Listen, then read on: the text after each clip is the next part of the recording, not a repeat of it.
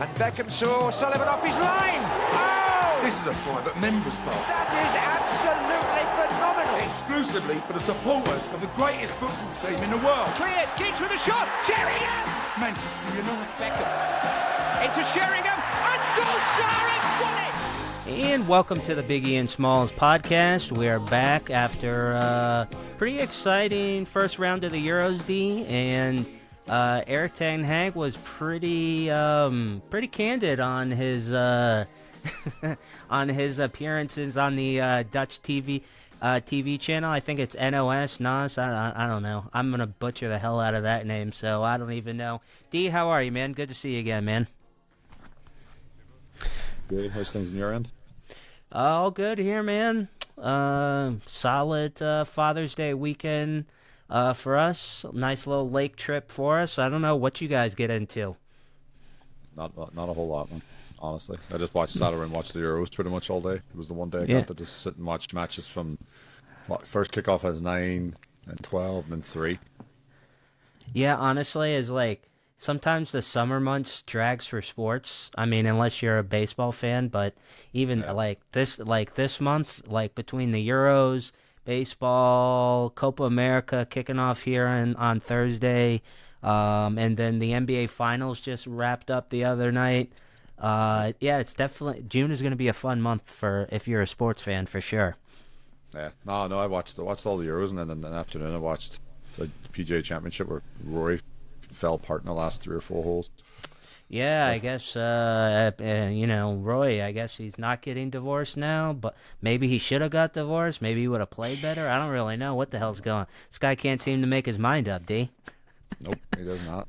No, he's just destroyed golf for all us amateurs because no more gimmies anymore. When if he misses them from 2 feet out, no one's gonna be able to allowed to say it's a gimme putt anymore. I forgot. Where is he from in Northern Ireland again? Good old Hollywood, Northern Ireland. Hollywood. Oh, okay. Hollywood with 1 L, just outside of Belfast. Do they have a big sign in in Hollywood? Do they have a sign like they do in La La Land? You got no idea? No idea. No, I don't venture that part. I go anytime I'm back in Derry, I go straight to Derry. I don't venture anywhere towards Belfast or anywhere else. All right. Well, clearly we've spent the first 2 minutes going off the rails here. So now let's get back actually talking about football and Man United. Yeah, exactly. Yeah, back to what we actually came here to talk about. All right. So yeah, Ten Hag was on local media in the Netherlands, and he was pretty candid about some stuff. Especially, he took some jabs at Southgate, Luke Shaw, Rashford, and there was definitely some quotes that stuck out to me. Honestly, I know we were talking before we came on here. It was actually really refreshing to see him be so candid. But, honestly, it kind of makes sense because, I mean, obviously Dutch is his native tongue. And, I feel like when you're speaking in your native language, you're probably going to be a little more open or candid and not really thinking about if something's going to get lost in translation because English is obviously not his first language. D, what stood out to you, man? I think that was a man that literally had been taking so much flack from the media for years, for months, I want to say, this past season, and some of it is rightly so, and other times it's not. But I think he was just holding everything. And until he got back to, like you rightly said, back to Holland, where he felt a little bit more comfortable talking in his native language. But he absolutely unleashed on England their abject performance, which is correctly so. But I was very interested. I was glad he was very upfront with Rashford when he mentioned him and Grealish, but mainly towards Rashford, saying, "No, if you're lacking this season, you're not going to get chosen for it. You shouldn't be getting chosen for your national team. If you're not playing well for your club, you shouldn't get chosen for your national team," and that's the way it should be. Whereas you'll see managers from other teams and managers of the past that would always try to defend their players even when they're indefensible with really poor performances. It was refreshing to see him. Now, is Rashford gonna go down the same route as Sancho and think that Ten Hag was taking a pop at him, or is he going to use that as a little bit of a catalyst to ignite something underneath him to really perform this upcoming season? We'll see. But I'm glad he said that, and he also I think he was having his little backhanded comment back at Shaw, because I know we talked about it previously in the last podcast. Yeah. Shaw came out and was blaming almost like the manager, Man United's medical staff. Everybody was at fault, including himself, for for re-aggravating his injury. And now we've got Ten Hag coming out saying, well, I don't think he should have been. I really don't know why he would even be on the squad, considering I don't think he's fit to play. And I think the only time we'll ever see him play for England is going to be in the knockout stages. He doesn't think he's going to play a single group match. Yeah, and honestly, as a United fan, he probably really shouldn't, because even Southgate said basically 2-3 weeks before the Euro opening match, even his own words said that he realistically wasn't going to be on the squad, but he's their best option, I guess, at left back at the moment, or so they kind of didn't really, I guess, have a choice there. But he probably should not really be playing in this tournament, if I'm being honest. Yeah, well, I think Southgate's doing his best to try to get his best possible team organized. The one thing I did like what Ten Hag said is that, like, when Luke Shaw is healthy and when he's fit, he's one of the best left backs in the world. But that lack of consistent fitness is what is always going to be his downfall. So, and I think that was a way of trying to have a backhanded comment I mentioned earlier, was like you were saying he's good, but he's never fit. So if he wants to be, well, yeah, I mean, like we've talked about previously, is like he's basically missed, so many games. Yeah, 20 plus matches a season, for the bulk of his career. So it's like, all right, I'm not denying your talent, man, but what good are you if you're never on the pitch? Yeah, and I think the reason he brought that up was because when Shaw said, like, oh, I was the medical staff forced me back early. The manager asked me to play when I wasn't fully fit. Like, and I think Ten Hag's backhand comment was, what happened over the last 10 years? I haven't been at United for 10 years. Yeah, well, yeah, if we're like, normally I don't really like when we have all this back and forth and he said, she said, or, petty nonsense, but Luke Shaw did open his mouth first. So in this instance, I don't really have a problem with Ten Hag calling him out, because he's the one who opened his mouth first. Yeah. Well, that is what I think. I think just the Dutch in general are very I wouldn't say forward's not the word I'm looking for, but they're very brutally honest. It's part of their culture, that's not a bad thing at all. So I think naturally you can't. I'm not going to fault Ten Hag, because Louis van Gaal was very bluntly honest. A lot of the Dutch people are very bluntly honest. Van Nistelrooy, Van der Sar, a lot of them are bluntly honest. So it's just part of their culture. They don't beat around the bush. Where some of these players, especially in England, where they're literally wrapped up in cotton wool all the time, I think they need to hear some home truths sometimes, and make sure that you're not walking. You don't walk on water. They're probably coddled a little bit. In that regard. One thing that stood out to me as I actually watched, not the entirety, but the main snippet of his interview, is they asked him about Ineos talking to other managers, and this stood out to me. He said that in Holland the team is actually not even allowed to contact other managers while they technically haven't fired. I found that pretty interesting, because I was not aware of that. Were you? No, I wasn't aware. I wasn't aware of that. That's probably a Dutch Eredivisie. I think they probably and it probably has another. It's probably a stipulation put in place for the like of, like, let's be honest, the Dutch Eredivisie was a monopoly at one stage, where Ajax, in the same way that Bayern are monopolizing the Bundesliga before Bayer Leverkusen won it this season. I think it was their way of, like, trying to make sure that Ajax don't, with the win power it every they year, have, the money they have every year, and then say they fire their manager, that they don't go after the next best manager in the Dutch Eredivisie. And I think that's probably something that the Premiership probably need to bring in that as well, because let's look at Leicester. They just got promoted. And they're managerless right now because the fact is the manager went to Chelsea. So there was speculation. I'm seeing of all these different managers getting thrown their names in the hat, but no, Brighton did it the right way. They parted ways with good old Roberto, and then brought in this young 31-year-old. So we'll see what happens with that. But yeah, I agree with that. But I did like one of the things that really I thought was funny, and it was his way of Ten Hag, speaking of his interview. One way of Ten Hag trying to add humor to it. It was when he said that Ineos came to his holiday and showed up and at his doorstep. Ibiza, yeah, And Ibiza, like, just showed up in Ibiza and was like, "Hey, we need to talk to you." And he was like, "Okay." And he was up front, said, "Listen, they told me they talked to Thomas Tuchel, but their mindset was always to stay with him, and that he was the best option. They just had a conversation with Tuchel." Which I'm thinking, like, all right, I'm hearing so many conflicting stories, because I heard stories that Ineos came out and said, like, we didn't talk to anybody, and then you hear, and you have all the British media saying they've talked to everybody and their grandmother about taking the job. Yeah.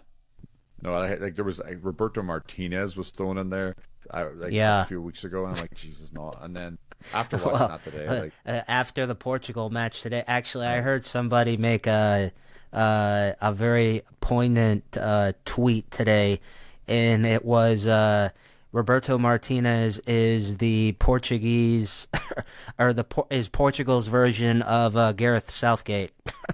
yeah, he is. So, but so you had him. There was rumors that you were talking to Thomas Tuchel, to Kieran McKenna, and then there was just even Gareth Southgate. We talked about that in the last podcast. Good old Dan Ashworth. But I did think it was funny where he openly said it. He was very again,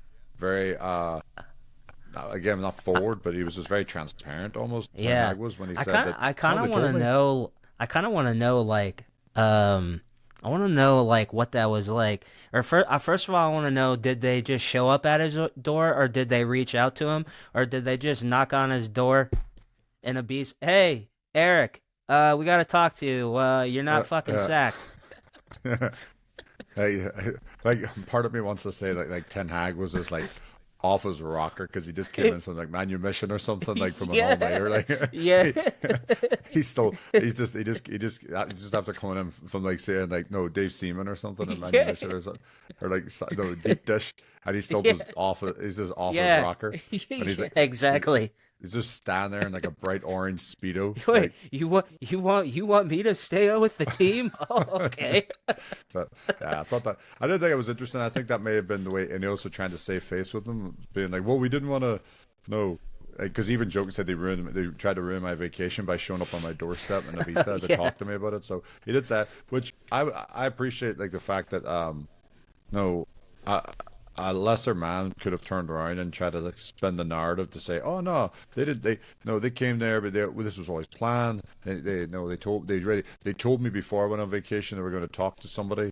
And it's just, but instead he was just bluntly honest, saying, "Listen, I was fully aware of the situation. They told me. I obviously knew I was the best option, hence why I'm still here. So let's just go ahead now, get the season underway." And like you and I talked about last time, I'm glad now we can actually put that to bed and let United concentrate on their transfer policy, get some players and get rid of some of the deadwood, and really start the season off in a better way than last season.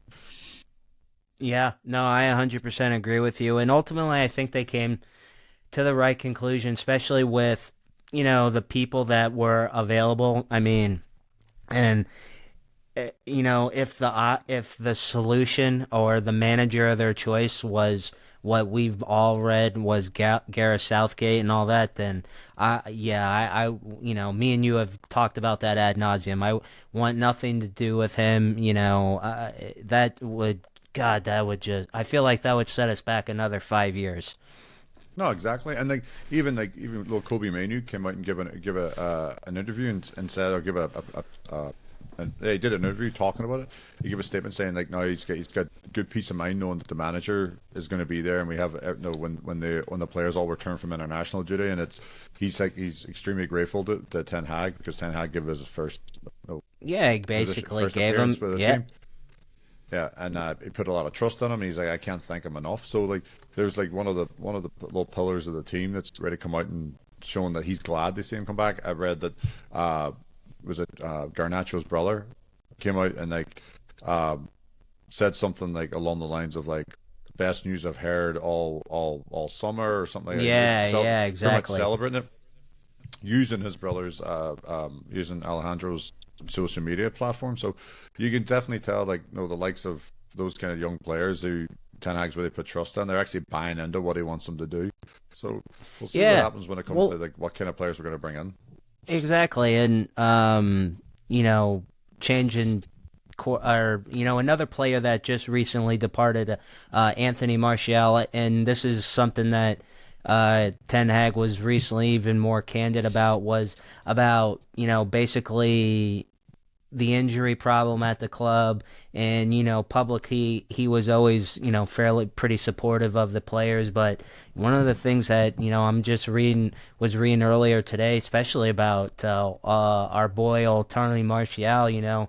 He was not very happy with him, and he's basically he let his true feelings be known. Basically saying he kind of mailed it in, and he left Højlund basically out to dry with zero support as another striker. Even if Martial played, though, I don't even know what he would have looked like, to be honest with you. But I found that interesting too.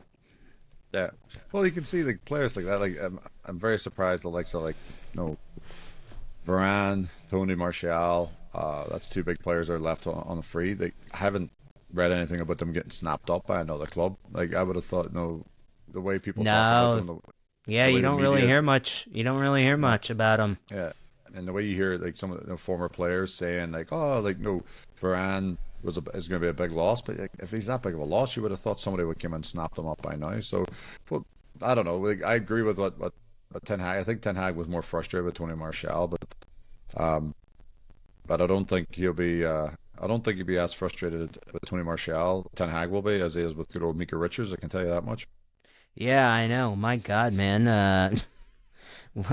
So he's basically, if you haven't seen this, first of all, like we talked before we even signed on. It's just so funny that's just coming from this guy of all people. Lack of respect for basically Ten Hag, was calling out Southgate's tactics in the match, and anybody with a fair mind, I mean, even if you're an England fan, you can't sit here and tell me that was a pretty match. I mean, you got the result, but it wasn't pretty. Yeah, I mean, I'm not really sure what Mike Richards is talking about here. I mean, again, it's kind of comical that it's coming from him. No, exactly. I have to give Alan Shearer credit on it because he talked about it as well, saying, and Gary Lineker both mentioned it, where after the FA Cup final, Micah Richards turned to Alan Shearer, was like, "Oh, you zoned in on him, or you give him one or something like that," and like Alan Shearer was like, "Well, we all know that United haven't been playing well. Every United fan knows that, but like, I don't think that people understand. Like, Micah Richards is coming out and trying to say that Ten Hag lacks respect for other managers, or especially Gareth Southgate. Why would he respect a man that was literally that the same British media and the same people who were sitting there putting that name in the manager's seat at United, when knowing fine well that Ten Hag's still a year left? So Ten Hag was probably just sitting back waiting to just know that was going to be his little bullet in the back of his pocket. He was just going to unleash and unload whenever he had. Yeah, exactly. It was, it's like you said, the rumors were floating around left and right in the paper and this and that. So that was probably his, maybe not even a shot at him, but maybe a more indirectly a shot at Ineos. It'd be like, really, this is the guy you want to replace me with? And look at what he's doing with arguably, going into the tournament, they were one of the favorites to win the team. And if they play like this the whole tournament, it ain't coming home. I can guarantee you that. No, definitely not. But like they said that they have the Liga Player of the Year and Jude Bellingham. They have the Premiership Player of the Year and Phil Foden. Mm-hmm. And they had to and if it wasn't honestly for the brilliance of Jude Bellingham, they barely scraped by. So yeah, and I think that's what I can guarantee. I thought Harry Kane looked okay-ish, especially at the end. I don't know about you. Oh no, they played well, but I think obviously Serbia was looking a little leggy near the end too. But yeah. The one thing I just think was just funny, considering that Micah Richards comes out and says that Ten Hag lacks respect, considering the man was getting lambasted by the British media for honestly for months upon months. Even when he won the FA Cup, he was still getting ridiculed after beating Man City, who everyone thought was like the best team that's ever played football. And he was asked, instead of saying congratulations, what made you change your tactics, or what made you want to deploy Bruno in a false nine, or what made you none of that. None of that was questioned. It was was more about why can you do this all season? Are you going to be here next season? Is your job safe? Like you just want a prestigious tournament in the FA Cup. Yeah, exactly. And So again, not that that Ten Hag didn't have his faults on the way things played out in the series, but I mean that was obviously probably the best team that was fielded for most of the season. You had Varane back, you had Martinez back there. So I mean, from a squad standpoint, I'm not going to say that we were fully healthy, but we probably were the healthiest we had been in months. And tactically, you got it right too.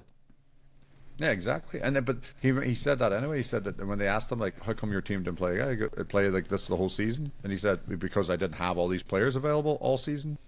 No, Martinez was out for long periods of time. Shaw was out for long periods of time. Varane was out for long periods of time. And then you had other injuries here and there and everywhere else. And no, you had suspensions. Like you had to play. At one stage, you had Casemiro playing like 3 or 4 matches in a row, centre back. So yeah, for Micah Richards to come out and Ten Hag didn't come out and like crucify Southgate. All he just came out and said that England scored, and then Southgate decided to become very negative and playing very negative football instead of like going for the throat and continue to play they were playing and getting the second, third, or fourth goal. Yeah, they became very passive, and that's all he said. Well, he's brought on a network to give his opinion or whatever, and I mean anybody with a fair mind or who's watching that match, I guarantee if you Micah Richardson, I'm sure he's probably saying something similar, and if he's not, then he's just stupid. Oh man. Put it this way, that match was that boring. Stevie Wonder fell asleep. I can tell you that much. Like that's I actually think I did. I think I did fall asleep at one point in the match. It was a bad match, but that's all Ten Hag was saying. He was just saying he didn't understand the tactics. He didn't understand what with the weapons that Southgate has at his disposal. Why did he become so passive? Why didn't he inject a little bit of difference of players that come in? Like it just seemed very like. Was this a languished kind of match? So that's all he was saying. Of course, Micah Richards comes out and says lack of respect. But I can guarantee you this: if Ten Hag was to come out and say that about like Portugal, for example, today about Roberto Martinez, do you think Micah Richards is going to come out and defend Roberto Martinez? Nope. No, of course not. Do you think if Ten Hag came out and criticized Belgium for losing an opening match? Yeah. Nothing would be said, but because it's a little precious Gareth Southgate, and England are always going to defend them. So. We'll see. We'll see what happens the rest of the tournament. But I do agree with you. If England come out and play like that in the group stages, they'll probably have enough quality to beat the teams. But when they get into the knockout stages, when they get into the challenges, yeah, exactly. And I know I'm not sure if Mbappe is going to be back. I know he was ruled out, or I'm pretty sure he was ruled out for their next match. I believe against Holland or Netherlands, I believe. I would have to imagine, even if he misses this match or whatever, I'm sure he'll find a way to come back. I don't know how, regardless. I mean, they have plenty of other options regardless, even if he doesn't come back. All right, switching gears a little bit here. Let's get into some of the transfer rumors. There's always a million of them floating around. It looks like there's maybe some more traction going on with Xherdan, Braithwaite, and I mean, who would you prefer? Who would you prefer them to bring in first? Braithwaite.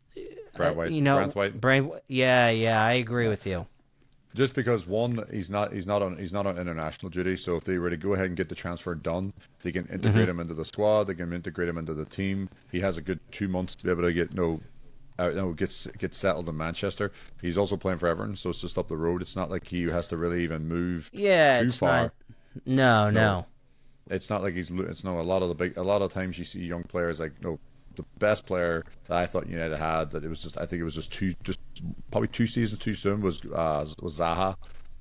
Wilfried Zaha from Palace. Yep. Like I think when he came to United, I think it was just too soon for him, and I think it was being a London boy. He was still young. I think he couldn't, and it was also a transition for the club at United when Ferguson was leaving. It was a change of guard with Moyes coming in. I think it was just one of those situations. Nothing fell right for him. with Brantwaite, I think it'd be a good time to bring him in, get him in pretty early. I do like Ineos's strategy with they offered, I think it was like 40 million. Like yeah, I believe so. Yeah, and Everton's digging their heels in, saying, "Listen, we already know you've paid 80 million for hiring Maguire, and at the end of the day, that's the kind of money we're expecting here too." But I think what Everton need to understand is it's a whole new regime now at United. Ineos aren't going to be throwing money out left and right just because the teams are saying it. So what I've read is that United. Well, also they don't really have, they have to move him just from the financial fair play rules. So not that I'm sure they're not hearing other offers or whatever, but it's not like he's going to be on their team next year. Yeah, exactly, and I think that's what everyone sort of thinks, is it's almost like an insult because everyone's very well aware of the fact that they're in financial dire straits, hence why they got the point deduction last year. So I think what they're hoping for is that they can turn around and dig their heels in, maybe get like 60. But one of the things that I've noticed not noticed, but what I've read about throughout multiple different avenues of the media is that Ineos are trying to come in with the mindset of stop paying the big, huge lump sums up front and say to them, but give them really good add-on contingencies into the contract. Yeah. So they can turn around and say, 40 million up front, but we can put a 2-year contingency add-on of if Brantwaite makes more than 40 appearances in 2 years, we'll pay you an additional 20. Yeah, exactly. That's broken up over 10 years. They sign him to say, I would say that we want to sign him to a 5-year contract, even though, because the longer the contract, the more the money spread out. So you have to pay the lump sum up front. So they can turn around and do that, and then say performances. If United end up qualifying for the Champions League next season, there's another 15 million or 10 million. Yeah, exactly. Ineos are doing it more on that front because they want to make sure that they're actually, one, doing business correctly, not putting so much money up front. Two, they're also letting Ten Hag and everybody else know that there is expectations on the club to perform, because not only is it going to be a financial sort of stipulation with the club in terms of transfer budget, but also there's going to be already contractual obligations with transfers already in position. I think that's what Ineos are trying to do. So if they sign a player, put add-ons on there for qualifying for Champions League, win a trophy, maybe a League Cup, and say Brantwaite plays in more than 50% of the matches of the League Cup or FA Cup, they have to pay him a certain amount. So I think they're trying to do that kind of negotiation tactic. Will it work? Time will tell. Yeah, I would tend to think that Everton will probably come around. I'm sure there's going to be some wiggle room. I wouldn't mind paying a little bit extra for a player of his caliber, but I mean, I don't want to blow the bank on him. It's isn't it kind of crazy that I mean, we need so much, but one of our most exciting, our first transfer of the transfer window is going to be a center back. I feel like that's just kind of like a commentary on our team last year. Well, no, definitely. I think because us United fans, we just talked about it like what, 2 or 3 minutes ago. We seen Casemiro playing centre back, and it was just United were in such disarray in terms of injuries and everyone being fit that we started. It was like the team was like Frankenstein's monster. Like Ten Hag was just trying to put pieces in, hoping it fit. Yeah, I mean, it was literally like trying to put a square peg in a circle hole. He was just trying his best to try to make it fit, and it just wasn't working. So I think United don't ever want to be in that position again of having to play, a centre defensive midfielder and centre back. I think they want to have every good quality team has at least four centre backs. Have depth at every position. But instead of having to play players week in, week especially, out, exactly. Especially we'll get to the schedule later on or whatever, but in some of those months where you're playing a match every 3, 4, 5 days or whatever, is like you're gonna need that depth big time. Yeah, and another thing a lot of people seem to forget about United's and that Shaw's injury wasn't just so big on the left back position, but Shaw also can slot in at left centre back. So it was almost like they lost a left back and also a Yeah, a possible second or third choice centre back, left centre back, because and then when Martinez went down, there was no natural left-footed centre back. Nope. So so they were playing Maguire, who plays left centre back, but he was naturally left-footed. Then he was picking up injuries, and then you had Casemiro playing right centre back, and you had Johnny Evans, 36, 37-year-old Johnny Evans, slotted at left centre back, not naturally right-footed either, or sorry, left-footed. Left-footed. So I think that's why I think as United fans we understand where the improvement needs to come from in the transfer window. Does the midfield need a couple extra players? Yes, but I think the midfield is one of the more saturated areas for United, where I think they need to start offloading some players. Like I know you got Eriksen, who played well for Denmark there. In the opening match, scored a goal. They played him in that. They played him in a more advanced role for in the Euros, and I know we said we were going to do that. We were going to do this in previous podcasts. We're going to talk about how United players are playing, but I thought Eriksen played really well with Denmark, but he plays in Bruno's role. Like if it come down to it, am I going to play Eriksen or Bruno? I'm going to play Bruno every single time. Of course I am. And I mean, I know Portugal was underwhelming today, but I mean, just watching Bruno, I mean, that guy is he's like an Energizer bunny, man. He was on the left side, he's on the right side. That guy never freaking stops, man. I know it wasn't Portugal's best performance. I think he had a pretty lackluster second half. I thought he did okay in the first half, but especially I think that one shot he had, he curled it around. I think it was in the right corner. That was a beauty. I know he missed it or whatever. But in that first half, I thought he was probably one of the if Portugal was going to get one, I thought that's where it was going to come from. Yeah, no, he played well, but again, it was another just lackluster performance by one of the big teams in Europe. You had it's so bizarre. They're so good. There's not. I mean, I know they have some older players, Ronaldo, Pepe, and but I mean, there's no reason for them to not be able to win this tournament. I mean, they're so damn good.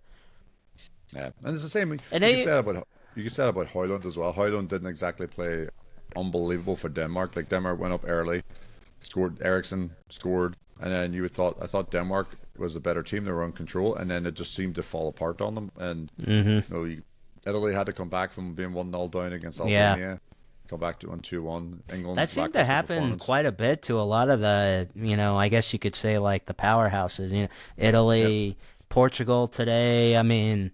The two most convincing performances was Germany and Spain. Oh my God, yeah, not even close. I mean, Germany's opening match. Oh my God, man. Yeah.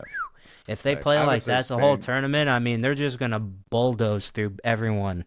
Yeah, I think Spain. For me personally, Spain's performance was more impressive just because it was against Croatia. Croatia. No, obviously they're an aging squad, but they're still a quality team. Modric Spain just went out there and they weren't the Spain of old, but they looked like a well fine-tuned team. So yeah, but all the other teams, like you said, Italy plays them next, and I don't know how they're gonna beat them if they play like that. That's gonna be a hell of a match. No, definitely. Well, I think it'll be a good match. I think it's going to be probably, my opinion, it's going to be Italy's defensive midfield and defense against Spain's, tiki-taka kind of pass and attack kind of thing. So, it's been a very good start to the Euros. Outside of the fact that some of the matches you have to have a subscription to, but I think it's a bit of a joke.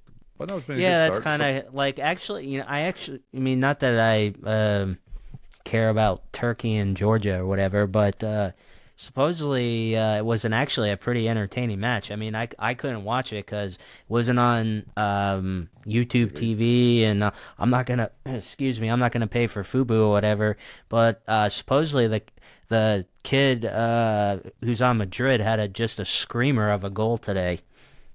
Yeah, I haven't seen the highlights here. I didn't get a chance to watch it just because, like you said, it was on Fubo. It wasn't on regular Fubo TV. It wasn't on regular TV or anything else because Fox is the one that does all the coverage over here. Mm-hmm. But No, but the matches are they're coming thick and fast. They'll be good. Fridays is going to be a good match. The France Netherlands is going to be a good match. Yeah, that will be a very good one. Mbappe won't be playing, from what I've heard. Initially, it was reports saying he had to have surgery to fix his nose, and then it came out saying he didn't need surgery after a second and third opinion. So he's going to be running around wearing the mask of Zorro, I think, for the tournament. Going forward. What's his face? Every time I think of that is Petr Cech on Chelsea. He wore that damn thing. In the rugby helmet too. Yeah, Cech wore the rugby helmet. Christian Chivu used to wear one all the time. He played as a player, played in Italy, and then how do you call him? He plays up front for Napoli. Rumors he's going to Chelsea as well. I'm drawing a blank on his name. Yeah, but it's always you see all the basketball players wearing it as well. I remember good old Richard Hamilton for the Detroit Pistons used to wear it all the time. Now I'm showing my age. I'm talking about Rich Hamilton. It's a true story. All right, shifting gears again. Ahmad, it looks like he is now in the players that Ineos and Ten Hag really value on the team. Seems like they, that they value him and they want him there, and I don't disagree. I mean, if you ask me who I want in the squad on a regular basis, him versus like an Anthony or whatever, give me Ahmad 10 out of 10 times. What about you? No, I agree. I've been wanting to see more of Ahmad Diallo throughout the season. I'm glad he got the opportunity to play. He had his coming out party against Liverpool in the quarterfinal, the FA Cup, scoring a winner. I thought he played well there. He played well. He played well throughout any competition he's played in. He's done pretty well coming in off the bench. And also, I want to see him start more though. But like you rightly said, I think with Sancho, more than likely he got slapped with a £40 million transfer fee. He's gone to play out. Martial left. So that's two potential wingers that United just went ahead and lost. I think Diallo is going to probably play a lot more minutes. I think that definitely spells bad news for Anthony, unless Anthony comes in playing unbelievable football and just ends up just blowing everybody away. But I don't see it either. I hope so. I hope we're wrong, because we did spend $100 million on him, so that would be a gigantic blunt. I guess if you can go back, I guess on a knock on Ten Hag. I know he's got some deals right, but the Anthony decision, that's looking pretty bad. Yeah, it is. I think the only thing I could defend Ten Hag is that Ten Hag didn't tell the club, pay 86 million or what they paid for him. He didn't turn around. He just said go get him. But obviously it was up to the hierarchy at United, the Murtaughs and he's gone now, Richard Arnold's of the world. Oh yeah. That went in there and did the negotiating and ended up telling Ajax we'll pay 80+ million for him. So that's the only thing that defend Ten Hag. Now did Ten Hag circle Anthony as a definite player he wanted in the club, 100%. So it's on him, because without his sort of green light, go get him mindset, I don't think United would have went after him. Never mind paid 86 million for him. So I think this is probably not. I think he'll stay at United. I think Anthony, unless United can get in some replacements fast, thick and fast. I know there's been a lot of rumors going after Olise from Crystal Palace. Yeah.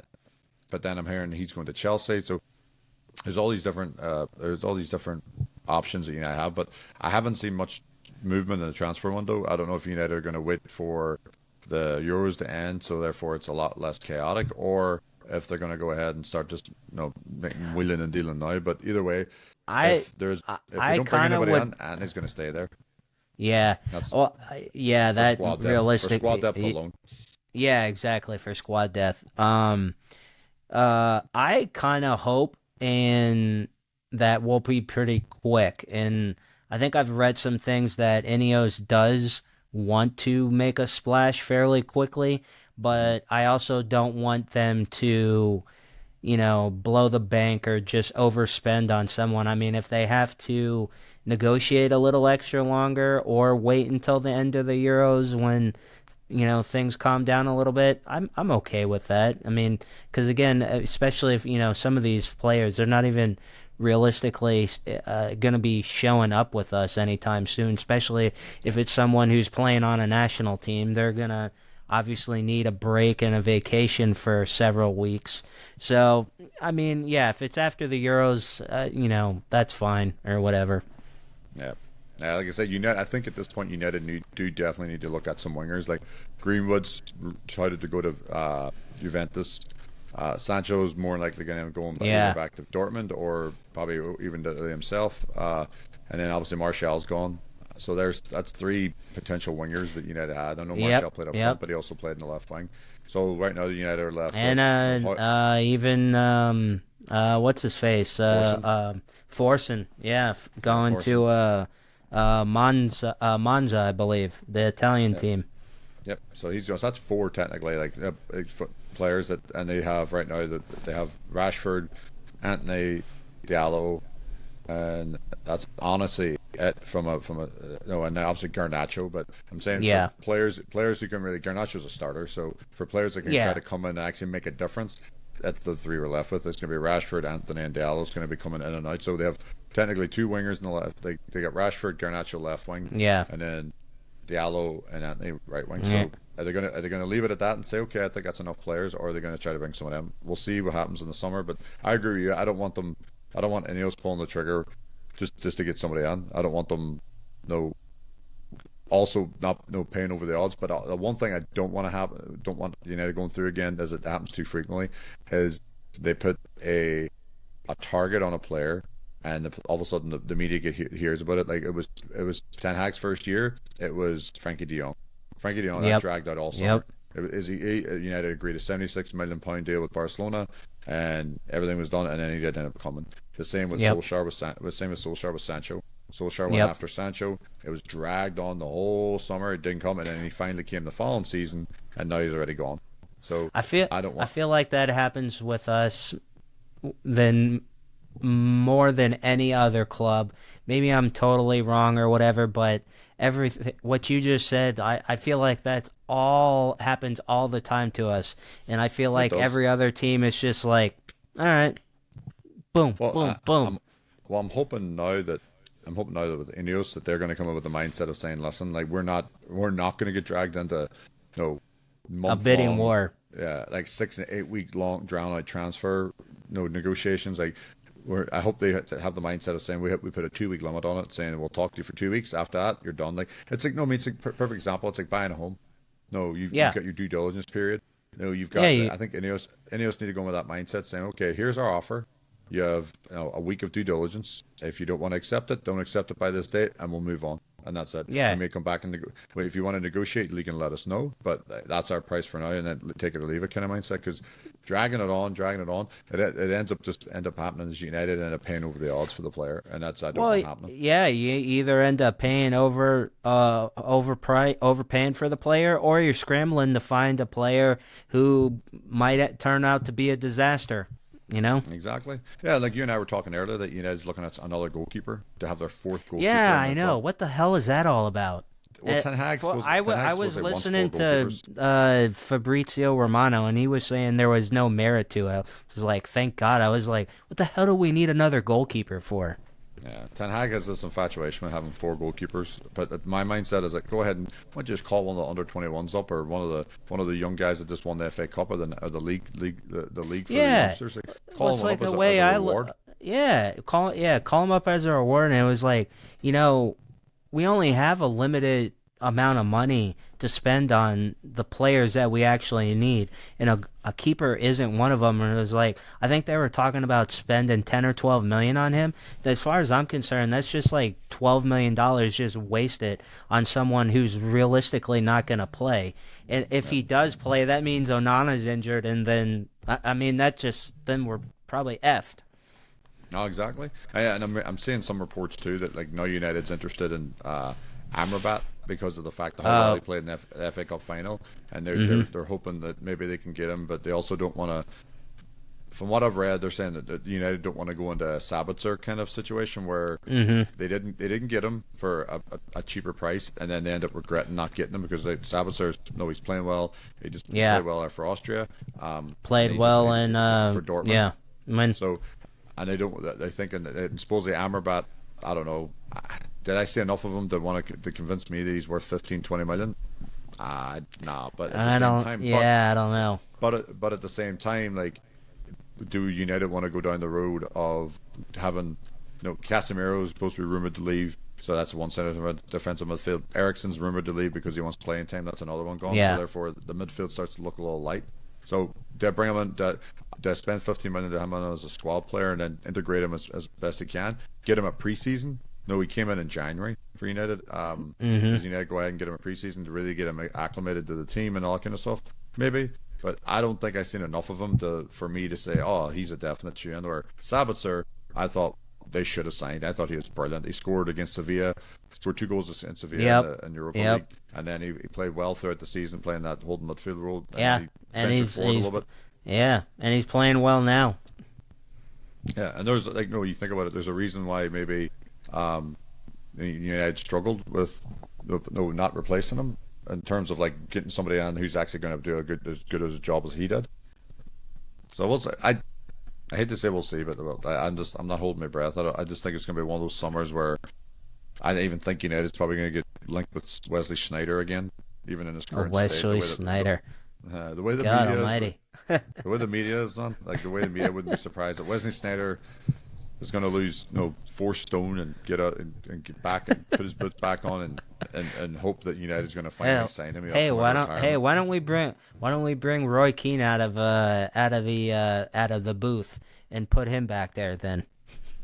Jeez, man, I would love Keane to be around the team in general, just because of his tenacity and his character.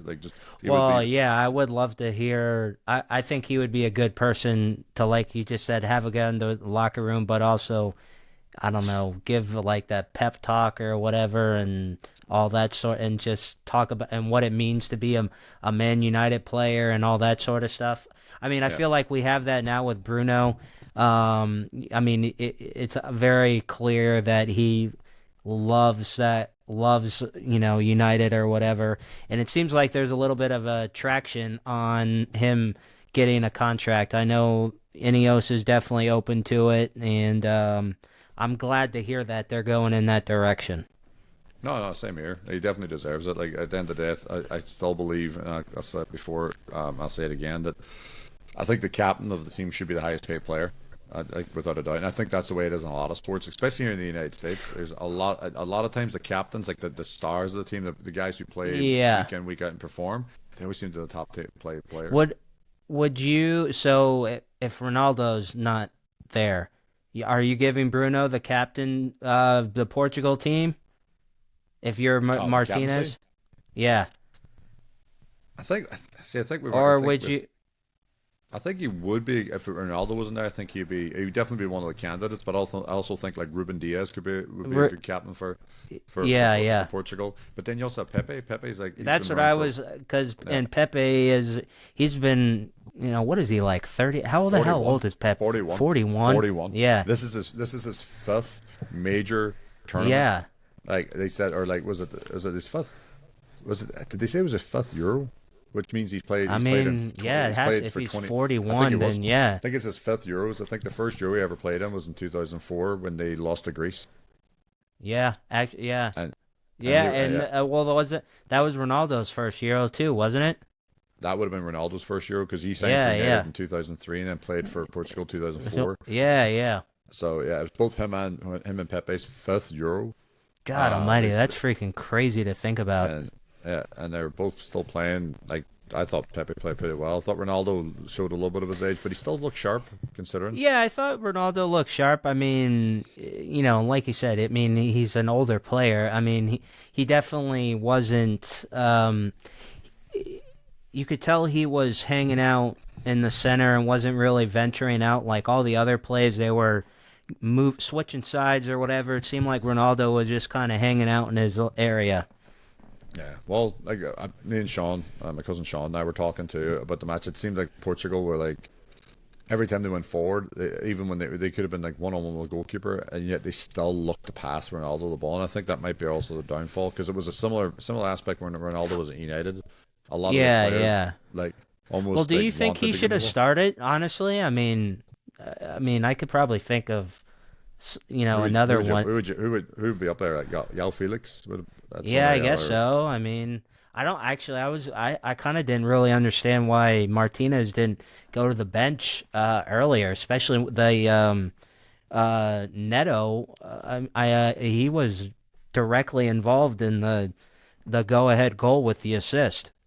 Yeah, no, yeah, like Neto, the Wolves player, he played well, but and also, they call him a little, hate to say it, but a little Diogo Jota. Like, he always seems to be involved. Like I remember I hated seeing him come on the pitch for Liverpool this season, because he always seems to get a goal. He just always does when he comes off the pitch. So, but I think the formation that Portugal's manager, that Roberto Martinez is 3-4-3. I don't think it suits their style of play. Yeah.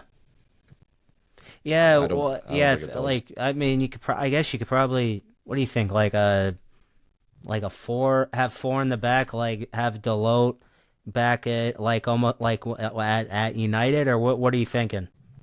I would say, because you have João Cancelo and Dalot both out wide, so I would have played them two there. But I think that's what Martinez wants to do. I think it looks like a 3-4-3, but for all we know, it could be a 3-5, a 3-5-1, or a 3-5-2 kind of thing. But it just, I think it looked like Bruno. He was just. It looked like he was almost like positionless at times. Like he was always going all over the place. Yeah, and I think Martinez, I think, is still trying to figure that team out personally. But I would say a 4-3-3 or a 4-5-1 would probably be best for them, meaning that they have their wingers up high. But I don't think Bernardo Silva, because that's what, like, for example, Bernardo Silva plays, like Man City player, a 4-3-3 or a 4-4-2 or 4-4-1-1, and Bernardo Silva plays on the right wing, but he has Kyle Walker sometimes bombing around him. Yeah, and exactly. I think you would need something similar to that with Dalot playing right back and João Cancelo playing left back. But the day they played well, they just didn't take their chances. And Bruno, I thought Bruno played pretty well, but like you said, he played like a man possessed. He seems to just, his engine never seems to be empty. He just always seems to have. Honestly, I should have looked this up before, but I actually am. I wasn't curious, like the how they always log like the miles that a player runs in a match. Yeah, I could only imagine what his was today. Nah, yeah, he's a guy for United too, but that he's definitely going to be. I think Portugal, if Martinez is able to figure them out, like I said, they didn't play well today, but they got the result, like you said earlier. Scrappy goals, but at the end of the day, a sign of a good team is the one that wins when they don't play well. Yeah, it doesn't matter how you get it. As long as you win, get the result. Yeah, I can guarantee a lot of England fans are saying that about England right now, saying they didn't play well, but they got the result. Exactly. All right. Well, last thing I want to touch on briefly. For those of us, that are stateside, Copa America is starting up Thursday night. You got Argentina versus Canada. I definitely will be curious. I know you will be up, see what Martinez looks like. Especially Ten Hag definitely had some high praise for him recently, talking about him, just being having him come back, especially in that FA Cup, was just absolutely crucial. So I'm excited to watch that. And USA has Bolivia Sunday, 6 p.m. D, what are you looking for? What are you excited for about the Copa? I'm excited, honestly, just to see, especially here. Like, there's a match here in Atlanta as well. I'm glad to actually see a tournament. It's good. It'd be like almost like a preview of what the World Cup's going to be like personally, where the World Cup's coming to North America in 2026. Well, so probably this is be a good, like, I guess a trial run or whatever. Because it'll be busy, but it's not going to be as many people as the World Cup matches, obviously. No, it's not going to be as busy. But no, I'm looking forward to seeing some of the teams play. Obviously, Argentina are going to be coming in as favourites considering the current World Cup champions. But Yeah. I thought it was funny with Brazil. Ronaldinho came out and claims now that it was an advertising thing or like a social media or some sort of like thing to try to get the team to play well. Well, he came out and said he's not watching the Copa and this is the worst Brazilian team he's seen, whatever. So, and then he backtracked and said it was for an advertising campaign. I'm interested to see how Brazil's going to do because the United States, I think that's the best I've seen United States play in a long time when they 1-1 or drew 1-1 with Brazil the other night. They should have won, honestly. They hit the crossbar, hit the post. Obviously, Brazil had their chances too. Matt Turner, I think he made 11 saves. That sounds right.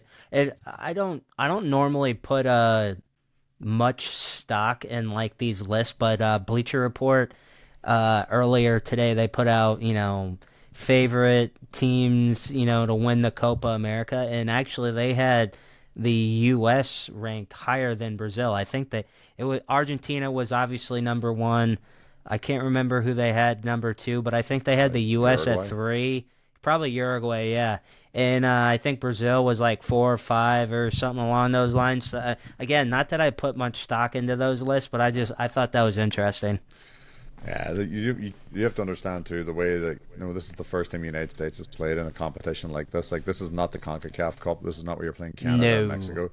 These are like These are legit. Yeah. You're not playing Trinidad and Tobago. Yeah, exactly. And so you're playing teams that actually have players like 90%, 95% of the players playing in Europe at the top level. So exactly. You have Brazil coming in with Militao. Real Madrid just won the Champions League. They got Vinicius Jr., Champions League winner. Yep. Rodrigo, Champions League winner. You have all these players, and then and it's the point where on the other side you got Argentina. You have just players that are just class, and it would be probably one of, I don't know if Messi hasn't committed it yet, but I'm not sure if he's going to play in the World Cup in 2 years, but this could possibly Messi's. It could, it could be his. It could very well be because he's up there. He's 39. 39 or 40? No, I think by the time he plays in the World Cup, I think he's like 40 or 41. So he's up there in age, so we'll see what happens with that. But I'm more interested to see just how the US do against a tournament full of just quality teams. Like everyone's turned around saying, "Oh, Bolivia is a perfect game." I'm like, "What am I?" But you think Bolivia's going to be a walkover? They're not going to be. No. This is the same US team who were just absolutely destroyed 5-1 by Colombia before time 1-1 with Brazil, and it was a good performance. It was one of the better performances, but part of me also wants to say, did Brazil really go 100%, or were those players? No, were they were in there just to keep get a little bit of fitness in them, keep sharp for the tournament.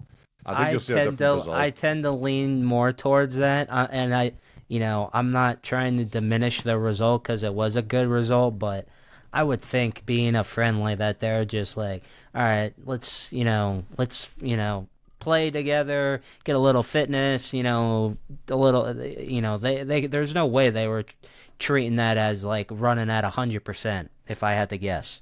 Yeah, and they still played, and Brazil still played pretty well. They still had a lot of chances. Like I said, Turner had to make 11 saves, I think. And that's the shots that were goal bound. So God knows how many other chances they just missed by not playing the right pass and all that stuff. I think you'll see a different Brazil, but I'm more excited just to see how the United States as a fan base and here in the country, because we're here in Atlanta. We're spoiled with Atlanta United. Like it's got one of the best stadiums I've ever been on. That's unbelievable. Fan base is great. They're averaging like 48 plus 50s every match, regardless of how they're playing. But you don't really get those kind of crowds every single week in, week out across the other parts of the country for MLS. No. I'm more excited to see how the fan base of the sports fan base, not just soccer fan base, but the sports fan base. Especially I would imagine. I mean, it'll be mentioned on Sports Center or whatever, but are they going to make it a top story, or where is it in the B block, or where are they putting it in Sports Center, or if you're listening to Sports Talk Radio in the morning, how are they covering it? Are they covering it at all, or will it be just the type of coverage that, oh, hey, they won this? But, maybe for the average, realistically, most of these guys, they're not keeping up with it or whatever. So, but I would be curious to see how it is covered in the media here. Yeah, so do I. I just want to see, like you rightly said, are they really going to buy into it to the point where you'll get people excited for the 2026 World Cup, or is it just going to be another, no, it's not football, it's soccer. I don't want that. Like I want the people that the people that literally think that the Dana Whites of the world that think like that football's not really a sport, that a 5-year-old can do it. Like a 5-year-old can also slap someone in the face, which is something that Dana White also endorses. So yeah, exactly. If he doesn't believe that, I can introduce him to my 3-year-old who would absolutely slap the shit out of him. But that's what I just want the sport to grow in this country, because this country is, and it's not even from a money aspect of thinking like, oh, it's an untapped resource. I just want to be able to sit there and just one day be able to, as my kids grow up and see a sport that I love and I'm so passionate about, and be able to see it in the same manner that I grew up with. Like I grew up locally watching Derry City, and I was fortunate to go and see Man United play, and I want the kind of fandom that the clubs over in Europe get. I want them here. Like the Atlanta United's done a great job of it. Our buddy Ben Mitchell he's a maniac when it comes to Atlanta United, but he's done a phenomenal job of keeping us in the loop of a lot of stuff that you don't hear about. Yeah. So that's my biggest thing. I just want to watch some good football. It's going to be a great summer. In terms of football, you got the Euros, you got the Copa America, you got the Euros in the morning and there in the afternoon, then you've got the Copa then at night. Can't really beat it. Yeah, absolutely. You really can't. And yeah, honestly, and I think that's probably a good place to wrap up. I mean, like you said, between the Euros and the Copa America, and yeah, you really can't beat it. I mean, this is like, it's like, I guess if you 3-month-long like Christmas morning. Yeah. Well, like me and you and all our other friends, we always talk about how fall over here is probably one of the better times for sports here, because you have, football, you have the end of baseball, and it's just a great time. And now, because usually the summer months are kind of like a lull. Yep. And now that we have this whole month, it just kind of makes, if you're a sports fan, it makes it go by a little bit faster. Yeah, no, I'm not gonna lie. I hate the odd number summers. I mean, yeah, because there's nothing ever on. So yeah, nope. But no, 100%. Like when it comes to the summer, it's been great with the football's been involved, and then like you said, it's a nice transition. Then once the Euros finish, the Copa America finishes, then you get the Olympics finish up, and then before we even know it, the Premiership's back up again. So yeah, there's no lull period. To be honest, you think about it, it's like 2 months. 2 months away, or less than 2 months away, actually. Yeah. Yeah. So there's like you said, there's no lull period where you're trying to keep yourself entertained. So then you got the Premiership, and then like you said, you've got all the other sports here in America. You've got the playoff baseball, you've got NFL starting up, college football in full swing, and then before you know it, then you've got the good old Christmas period with the Premiership and all the other, and then you got the European competitions. You got so much all just goes around. So I think that's honestly why another reason why time goes by so fast, because you have so much going on all at one time. Exactly. Well, I think that's a good place to wrap up for us, D. If you like us, go like and subscribe wherever you can get a podcast. Apple, Spotify, YouTube, you name it. Go give us a follow on Instagram at Biggie and Smalls. D, what's your social real quick before we sign off? It's on Instagram at dc.mcguigan. And I am at KeithIp86. And thanks for listening, guys. We will talk to you next week.